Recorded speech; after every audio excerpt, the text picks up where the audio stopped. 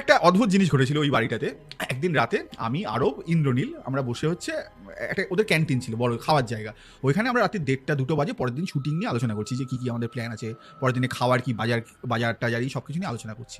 আরব হচ্ছে ওই যে বাথরুমটা যায় না কেউ বললো, ওই বাথরুমটা ওখান থেকে কাছে, ওই বাথরুমটাতে যাবে বলে ঠিক করলো যে টয়লেটে যাবে। আমি দেখলাম আরব যেতে যাবে, কিছু একটা দেখে এরকম পজ হয়ে গেল, ফ্রিজ হয়ে গেল। ঠিক আছে, দেখছি আরব আর নড়ছে না।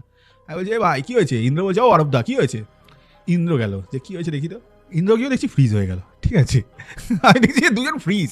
এবার আমি পড়ে আছি একা, আমি ঠিক করছি আমি কি যাবো? ঠিক আছে, পুরো অন্ধকার, কিন্তু বাথরুমের ওই জায়গাটা পুরো অন্ধকার, আর আমরা যেখানে বসেছিলাম ওইখানে হচ্ছে লাইট জ্বলছে।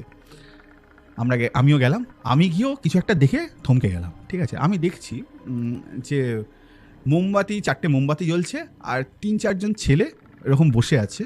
বসে হচ্ছে দেখছি প্ল্যানচেটের মতো করে বসে আছে, একটা ডেড বডি পড়ে। ঠিক আছে, সাদা রঙের, যেটা ওই বাড়িতে ডেড বডি পড়ে। আচ্ছা কী দেখছি ভাই, ঠিক দেখছি? লোকে তো বলে বেতাল টেতাল শুয়ে থাকে, এখানে কি তন্ত্রমন্ত্র করছে? আরব দেখছি যে ভয় কাঁপছে থরথর করে, গিয়েও। এবার আমি আর ইন্দ্র বললাম একটু চ দেখি ভাই কাছে, অথবা সায়নটাকে একটু চেঁচিয়ে ডাকি। বললো সায়নটা ঘুমিয়ে পড়েছে, বললো কাছে যাচ্ছি।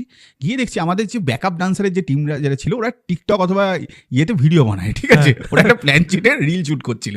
তা আমি ভাই এত বড় বাড়িতে তোরা এখানে বসে লাইট নিভিয়ে মোমবাতি জ্বালিয়ে কি করছিস তোরা? প্ল্যান সেট করছি? না দাদা আমরা রিল করছি, এত ভালো একটা লোকেশন পেয়েছি। কি অবস্থা মানুষের, ভয় পাইয়ে